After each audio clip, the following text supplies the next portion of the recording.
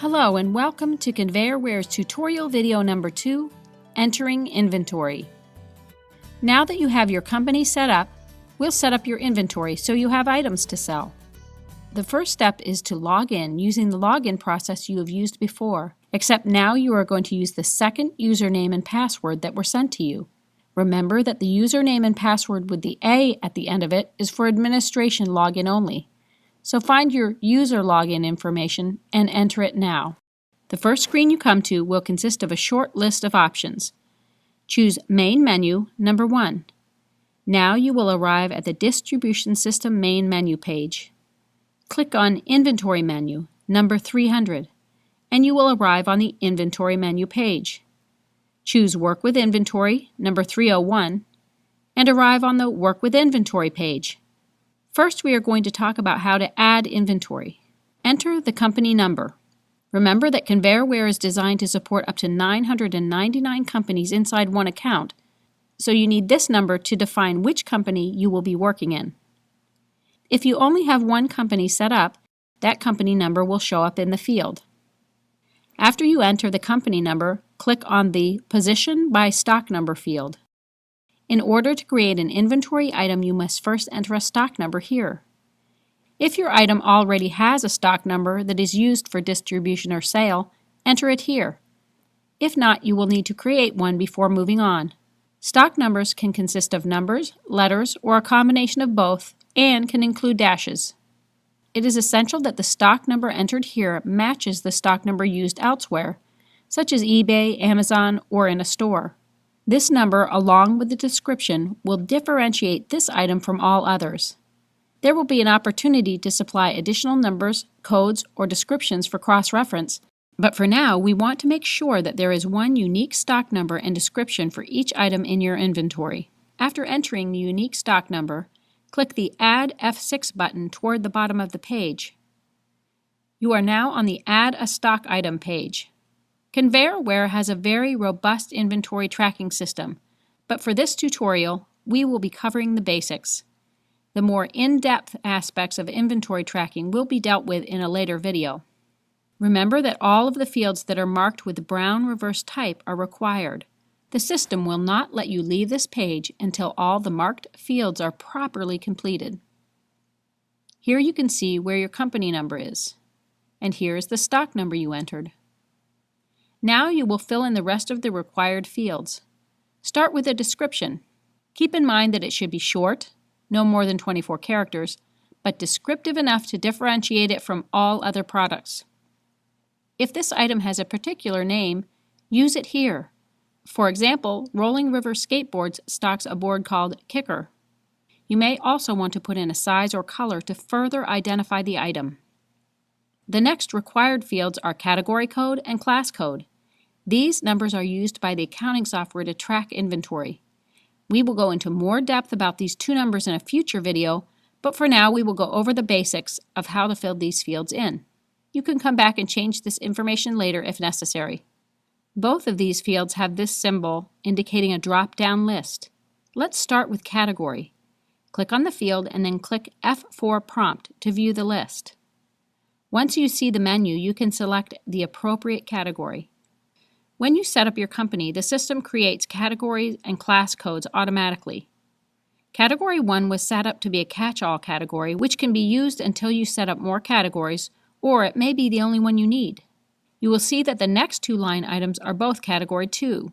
This is because Category 2 is for non-stock items, like freight and tax.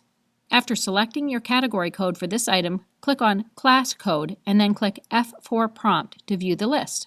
As stated, the system automatically created class codes for you. The first will be the 3-letter code you entered in the company abbreviation field back when you set up your company.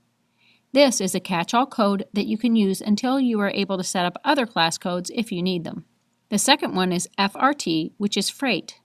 The third is TAX for, you guessed it, sales tax. The class code helps the system to categorize different streams of revenue.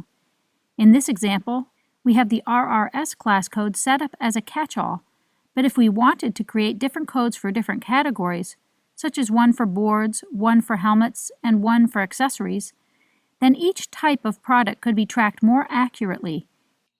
Now I want to point something else out here before we leave this dialog box. Notice the G/L account column, General Ledger Account. Here you can see that the system is assigning dollars to specific categories of revenue. This will be helpful when doing your accounting.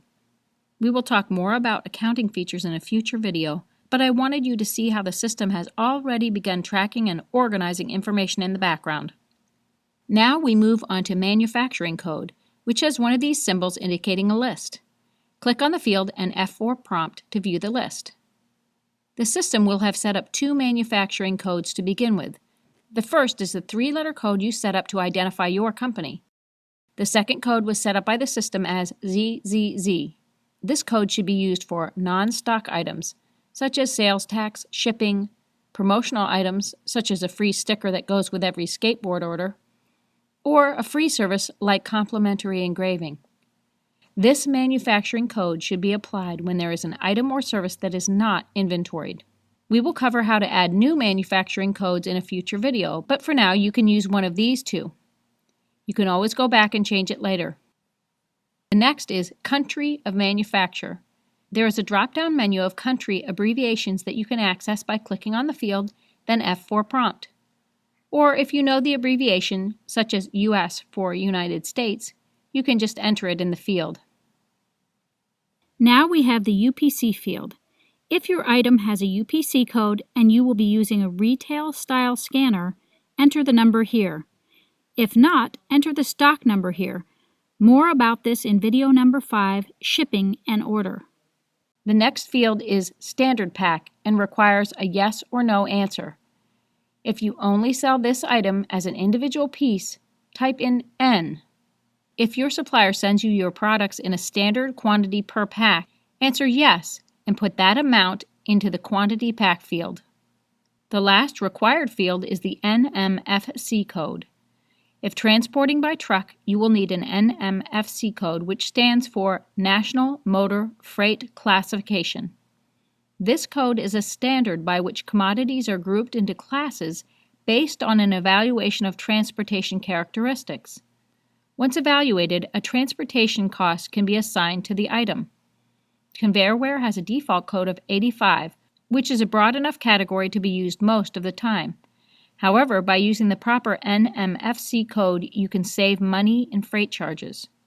If you do not know the code for your item, leave the default in place for now and you will be able to ship your product. To get more accurate codes, contact your carrier. They should be able to give you the proper codes. One thing to note is that if you are receiving shipments of products from another manufacturer, the NMFC code should be on your paperwork so you can find it there. Now that we have filled out all the required fields, you can move on, but I want to point out a few additional fields that would be helpful to fill in now. Keep in mind that you can always come back and add, take out, or update information. Also remember that the more information you feed into the system, the more thorough and accurate your reports and record keeping will be. The system is, however, designed to operate by simply filling in the required fields. By filling in the unit price field, which is the price for which you will sell the item, and the cost field, the amount you paid for the item, you can easily see the profit you earned on each product sold. The location fields are to help you locate your product once it has been ordered and placed into inventory. Time spent looking for something will cost you. Identifying where each item is located saves time, labor, and money. There is a commission field in which a percentage can be entered. If you have a UPS account and have set up a shipping station, you can enter the dimensions and weight of your item in this area, which will help with shipping. ConveyorWare is connected to UPS, so if you enter all of this information, your shipping charges can be calculated quickly and accurately. Be sure to identify your unit of measure. Reorder point can keep you from running out of stock. Enter a number here, and the system will alert you on your inventory report when your inventory reaches this number, giving you time to reorder before you run out. Take note of this option key, F11 Stock Status. Clicking here gives you quick access to inventory details by the month, which is useful when tracking products. There are even more details that you can supply, But for now, this will get you started. Hit your Enter Return key. Now you will be back to the Work with Inventory page. Enter the stock number for the inventory item you just created and hit Enter Return. You will see the item displayed with an Opt field on the left. Click the Opt field to reveal a drop-down menu. From here you have many choices. If you choose Change, you can edit the information. If you choose Delete, you can delete the item as long as none of them have been ordered. Once an item has been ordered, it stays in the history. If you choose Display, you can see all the information but cannot edit it. There are some other choices that we will discuss in later videos, but these are the most commonly used selections. The inventory system in ConveyorWare goes much deeper than we have demonstrated here today, but this will get you started. If you have any questions or problems, use F1 Help or refer to your user manual. Now you are ready to move on to ConveyorWare's tutorial video number 3, Creating a Customer Profile. Thank you for using ConveyorWare.